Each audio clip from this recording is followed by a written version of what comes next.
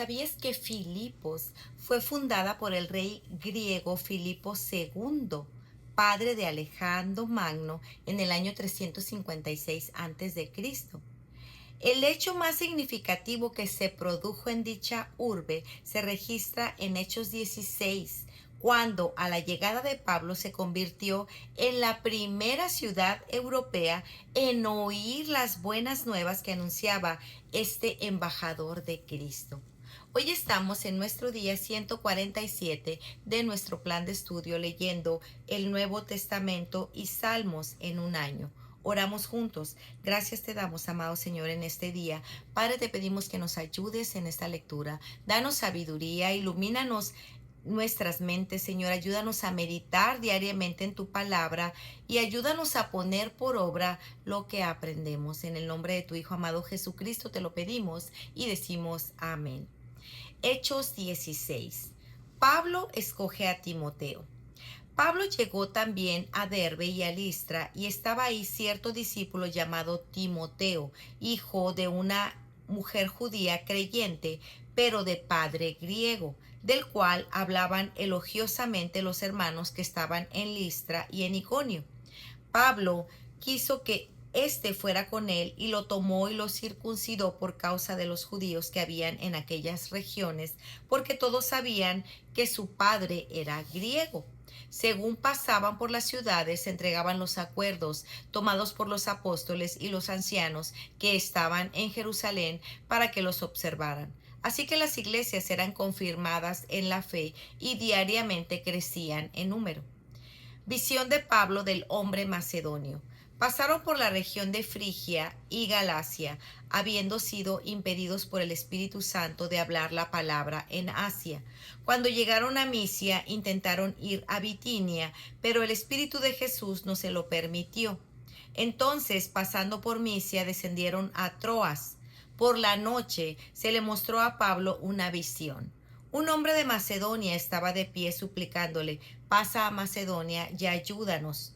Cuando tuvo la visión, enseguida procuramos ir a Macedonia, persuadidos de que Dios nos había mandado para anunciarles el Evangelio. Conversión de Lidia. Así que, saliendo de Troas, navegamos con rumbo directo a Samotracia y al día siguiente a Neápolis.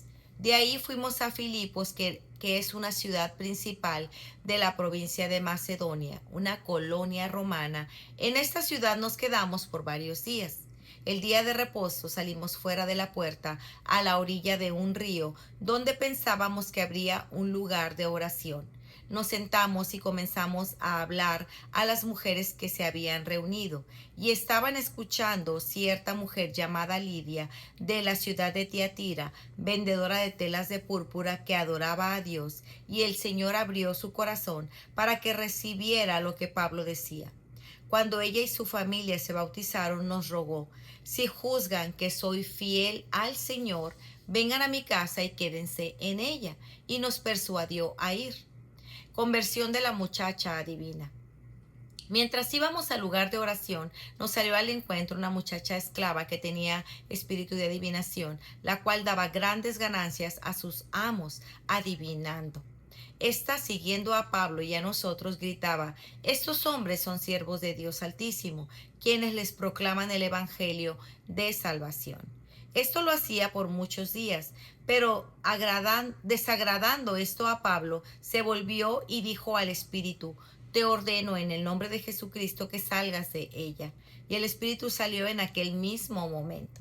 Pero cuando sus amos vieron que se les había ido la esperanza de ganancia para ellos, prendieron a Pablo y a Silas y los arrastraron hasta la plaza ante las autoridades. Después de haberlos presentado a los magistrados superiores, dijeron: estos hombres, siendo judíos, alborotan nuestra ciudad y proclaman costumbres que no nos es lícito aceptar ni observar, puesto que somos romanos. La multitud se levantó a una contra ellos, y los magistrados superiores, rasgándoles sus ropas, ordenaron que los azotaran con varas. Después de darles muchos azotes, los echaron en la cárcel, ordenando al carcelero que los guardara con seguridad. el cual, habiendo recibido esta orden, los echó en el calabozo interior y les aseguró los pies en el cepo. Conversión del carcelero. Como a medianoche Pablo y Silas oraban y cantaban himnos a Dios y los presos los escuchaban. De repente se produjo un gran terremoto, de tal manera que los cimientos de la cárcel fueron sacudidos. Al instante se abrieron todas las puertas y las cadenas de todos se soltaron. Al despertar el carcelero y ver abiertas todas las puertas de la cárcel, sacó su espada y se iba a matar, creyendo que los prisioneros habían escapado. Pero Pablo clamó a gran voz diciendo: no te hagas ningún mal, pues todos estamos aquí. Entonces él pidió luz y se precipitó adentro y temblando se postró ante Pablo y Silas y después de sacarlos dijo: Señores, ¿qué debo hacer para ser salvo? Ellos respondieron: cree en el Señor Jesucristo y serás salvo tú y toda tu casa. Y le hablaron la palabra del Señor a él y a todos los que estaban en su casa. El carcelero los tomó en aquella misma hora de la noche y les lavó las heridas, y enseguida fue bautizado con todos los suyos. Llevándolos a su hogar les dio de comer y se regocijó grandemente por haber creído en Dios con todos los suyos. Vindicación de Pablo y Silas. Cuando se hizo de día, los magistrados superiores enviaron a sus oficiales diciendo: suelta a estos hombres. El carcelero comunicó a Pablo estas palabras diciendo: los magistrados superiores han dado la orden de que les suelte, así que salgan ahora y vayan en paz. Pero Pablo les dijo: aunque somos ciudadanos romanos, nos han azotado públicamente sin hacernos juicio y nos han echado a la cárcel, y ahora nos sueltan en secreto. De ninguna manera, que ellos mismos vengan a sacarnos. Los oficiales informaron esto a los magistrados superiores y al saber que eran ciudadanos romanos tuvieron temor. Entonces vinieron y les suplicaron y después de sacarlos les rogaban que salieran de la ciudad. Cuando salieron de la cárcel fueron a casa de Lidia y al ver a los hermanos los consolaron y se fueron. Para reflexionar. Este capítulo nos muestra con claridad que la expansión del Evangelio no avanza según la lógica humana, sino bajo la dirección soberana del Espíritu Santo. Este capítulo marca la entrada del Evangelio en Europa y nos recuerda que Dios no solo abre puertas, sino que también cierra caminos para guiarnos conforme a su voluntad perfecta. Pablo estaba bien alerta al mover del Espíritu Santo y era rápido para actuar de acuerdo a su dirección. De acuerdo con la guianza del Espíritu, iba en una dirección o en otra. Intentó ir a Bitinia, pero el Espíritu no se lo permitió. Fue dirigido a Troas y luego a Macedonia. Discernía espíritus como en el caso de la muchacha adivina en Filipos. Esta joven decía la verdad acerca de Dios, pero el Espíritu le dejó ver más allá de sus palabras y discernir la fuente espiritual de su mensaje. Lucas quiere que notemos algo importante. No toda la verdad proclamada proviene de Dios, y no todo lo que parece útil para la causa del Evangelio debe ser aceptado. El discernimiento espiritual es parte esencial de caminar bajo la dirección del Espíritu Santo. Muchas veces queremos actuar de acuerdo a nuestra prudencia, opiniones o estrategias, pero es necesario depender de Dios, estando en comunión continua e íntima con Él a través de su palabra y la oración. Confía en el Señor con todo tu corazón y no te apoyes en tu propio entendimiento. Reconócelo en todos tus caminos y Él enderezará tus sendas. Proverbios 3, 5, 6. El Señor es quien prepara el corazón para que creamos en Él y se vale de diversas formas para revelarse a los suyos.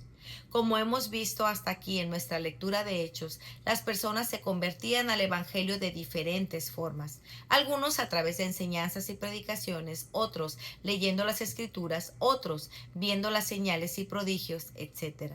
Dios tiene diversas formas de revelarse a quien Él quiere. Hoy vemos el caso de Lidia, una mujer aparentemente religiosa, temerosa de Dios, pero Dios abrió su corazón para que recibiera el mensaje que Pablo trae. Una mujer fue la primera en convertirse al Evangelio en Europa. Ella abrió su hogar y sostuvo el ministerio con hospitalidad y generosidad. También vemos el caso del carcelero que al ver lo que había acontecido ahí solo pudo preguntar: ¿Qué debo hacer para ser salvo?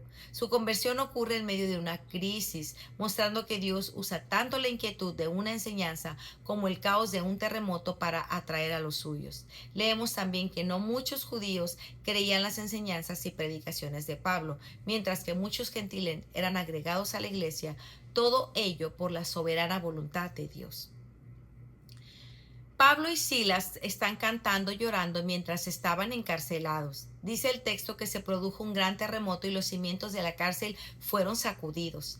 Dios se manifiesta en medio de la adoración. Podemos estar en un lugar oscuro emocionalmente o quizá en un desierto en nuestras vidas, pero la alabanza es eficaz para sostenernos, animarnos y devolvernos la esperanza. La luz de Dios siempre irrumpe en medio de la oscuridad y dispersa las tinieblas. Este pasaje nos recuerda que la adoración no depende de las circunstancias, sino de la confianza en el carácter de Dios. Para meditar, ¿hay alguna decisión importante que debas tomar? ¿Has buscado al Señor en el asunto o te has apresurado a tomar el camino que crees más conveniente? No vayas de acuerdo a tus tiempos y entendimiento. Espera en Él. ¿Cómo se reveló Jesús a ti? Cada testimonio es una evidencia de la gracia soberana de Dios. Alábalo y dale gracias por su gran misericordia. Pues muy bien, amigos, este ha sido nuestro día 147. Nos vemos el día de mañana. Que el Señor les bendiga grandemente. Hasta pronto. Bendiciones.